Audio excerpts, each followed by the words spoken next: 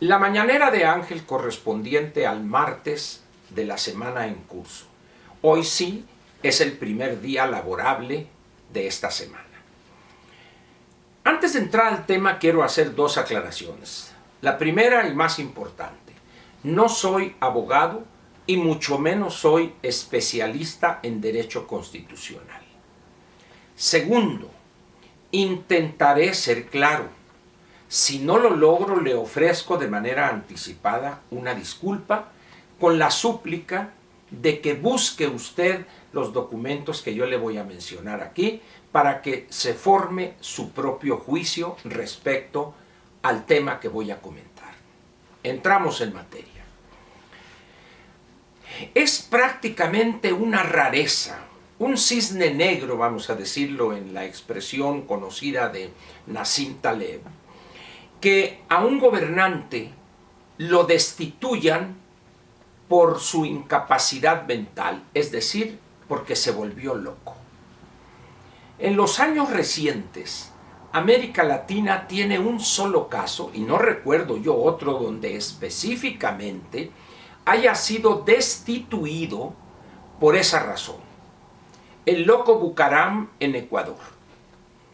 El Congreso se reúnen las dos cámaras y en una votación de 88-44, si no estoy equivocado, destituyó al loco Bucaram como presidente de la República de Ecuador por una causa tan sencilla como esta: incapacidad mental para gobernar. Así dice el decreto de destitución. ¿Conoce usted algún caso de un gobernante en América Latina que haya sido destituido por el Congreso por haberse vuelto loco? Prácticamente estoy seguro que no lo hay. No sé si en alguna otra región del mundo, en Europa, en Asia o en África, pero al menos el caso más reciente que tenemos aquí, que es hace 25 años, fue esto en 1995-96, si no estoy equivocado otra vez. Muy bien.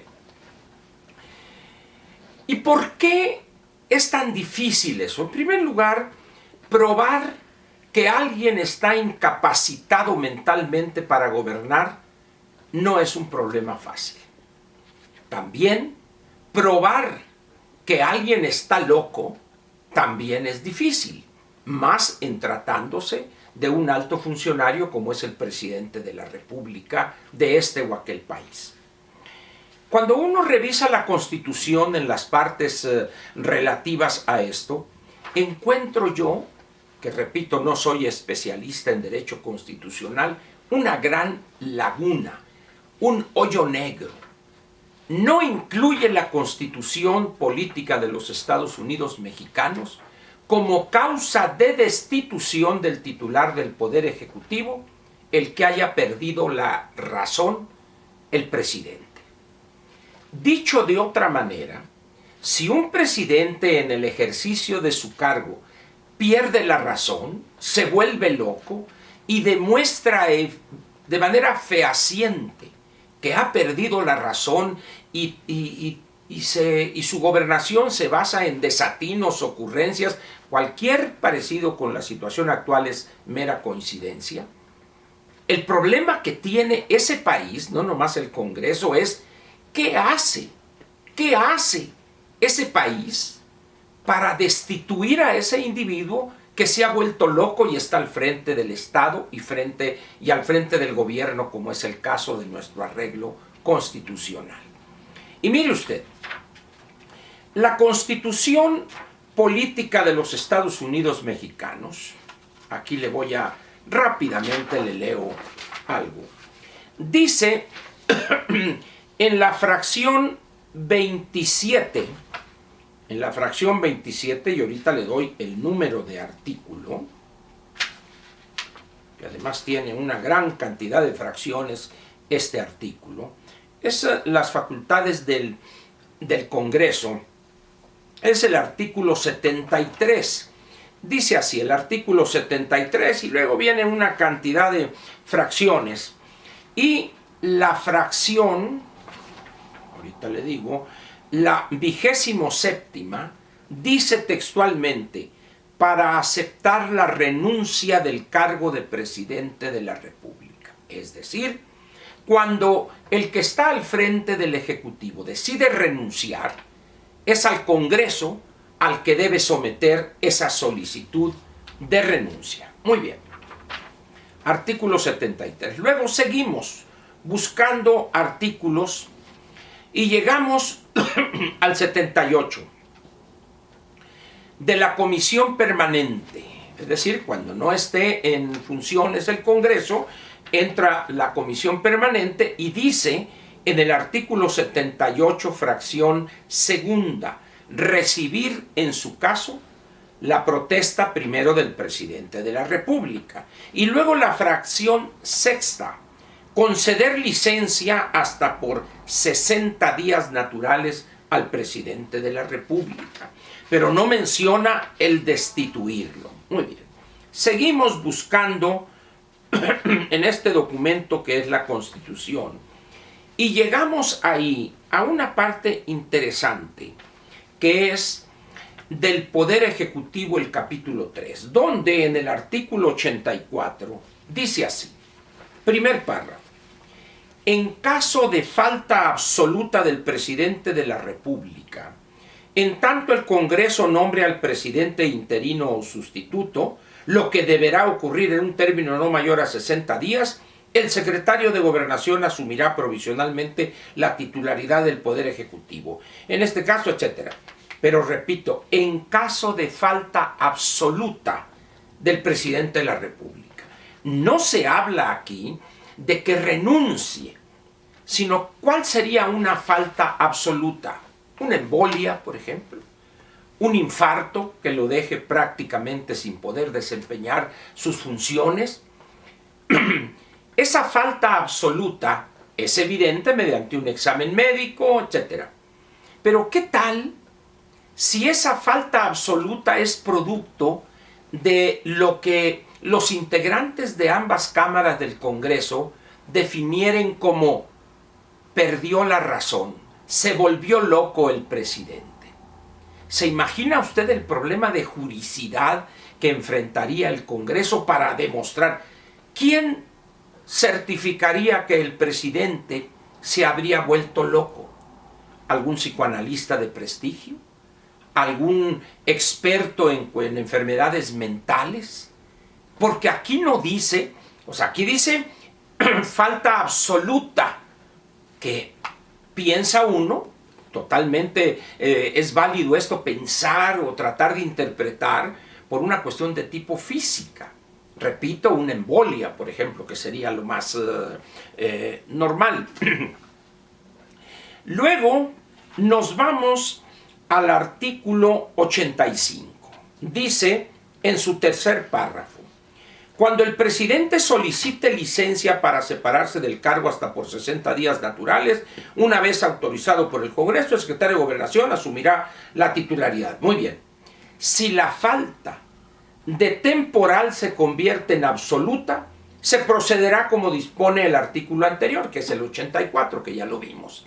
Es decir, vamos a suponer que le dé un infarto, alguna embolia y esté en una etapa, en una terapia de recuperación, pero si 60 días después la falta de temporal se convierte en absoluta, va para afuera y está normado aquí en la Constitución. Muy bien. Y luego dice, el artículo 86, el cargo de presidente de la República solo es renunciable por causa grave, que calificará el Congreso de la Unión ante el que se presentará la renuncia. Cuando el presidente aduzca que la causa grave es una cuestión física, decía yo, una embolia, un infarto cerebral, etc., pues eso es fácil calificarlo, un médico, un cardiólogo, un neurólogo, etc., y sería fácil hacerlo. Pero ¿qué pasa cuando el presidente enloquezca? ¿Quién calificaría la causa grave? En primer lugar, de enloquecer el gobernante, pues sería realmente imposible que él escribiera una solicitud de licencia o algo, porque habría perdido sus facultades mentales.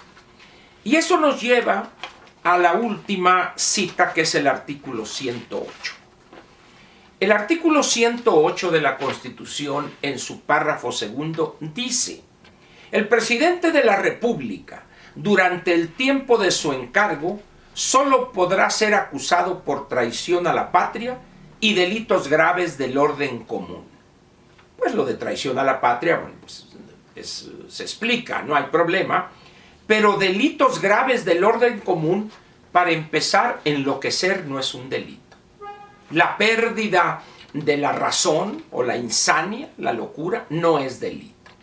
De tal manera, pues, resumiendo, que estamos aquí ante un problema. Ante las manifestaciones diarias, sistemáticas y permanentes de López, prácticamente un buen número de mexicanos dudan de su salud mental. Y a como se ven las cosas, cada día se agrava ese camino o esa ruta hacia perder la cordura. ¿Qué hacer frente a esta situación? Ya le leí algunos párrafos de algunos artículos constitucionales donde lo menos que existe es una gran confusión, o si prefiere usted, un gran vacío en lo que se refiere al texto constitucional. ¿No cree usted que valdría la pena aquí esto que voy a plantear? Que el Instituto de Investigaciones Jurídicas de la UNAM, por ejemplo, que dirige el doctor Pedro Salazar, donde hay juristas y constitucionalistas específicamente de una gran experiencia, como el doctor Valadez, también está el doctor Trasloceros, que estos tres que le menciono son verdaderos especialistas, personas muy experimentadas, con gran experiencia. ¿No podrían ellos hacer no dictamen, un análisis sobre la juridicidad o sobre las posibilidades de la destitución por parte del Congreso del titular del Poder Ejecutivo que hubiera enloquecido? Como fue el caso en Ecuador del loco Bucaram, donde el Congreso lo destituye por su evidente incapacidad mental para gobernar. Alguien dirá: Ángel, pero es que López, podrán decir lo que sea, pero lo que estamos viendo de él, no de ahorita, sino prácticamente desde que tomó posesión, es una tras otra. Una ocurrencia y un desatino al grado tal que este hombre está fuera de la realidad. Yo le cité a usted una frase que pronunció en el discurso que pronunció él, valga la redundancia, en la convención bancaria, donde dice que tenemos condiciones inmejorables para recuperar la senda del crecimiento, la ruta del crecimiento, lo cual es una mentira. Las finanzas públicas están hechas pedazos, no tienen recursos, no hay forma que saquen ellos dinero so pena de reducir los programas estos del malestar para poder apoyar a empresas medianas, pequeñas, etc. De tal manera que es una mentira tras otra y es una ocurrencia tras otra. Eso, en términos claros, es una muestra de que esa persona que se comporta así está poco a poco perdiendo la razón. ¿Qué hacer ante eso? ¿Qué va a hacer el Congreso ante una persona como es nuestro jefe del Ejecutivo, el que representa el Poder Ejecutivo, que ha perdido la razón y en consecuencia no puede gobernar de una manera correcta, eficiente? Se lo dejo como tarea. Piénsele usted y ojalá los especialistas del Instituto de Investigaciones Jurídicas lo tomaran esto no como una cosa menor, pero sí como un estudio interesante, porque llenaría un vacío de nuestro texto constitucional. Porque indiscutiblemente quien está hoy al frente del Ejecutivo va que vuela para perder lo poquito que le queda de salud mental. En otras palabras, se está volviendo loco. Muchas gracias y lo espero mañana miércoles, media semana, con alguna otra mañanera que probablemente sea de su interés. Muchas gracias.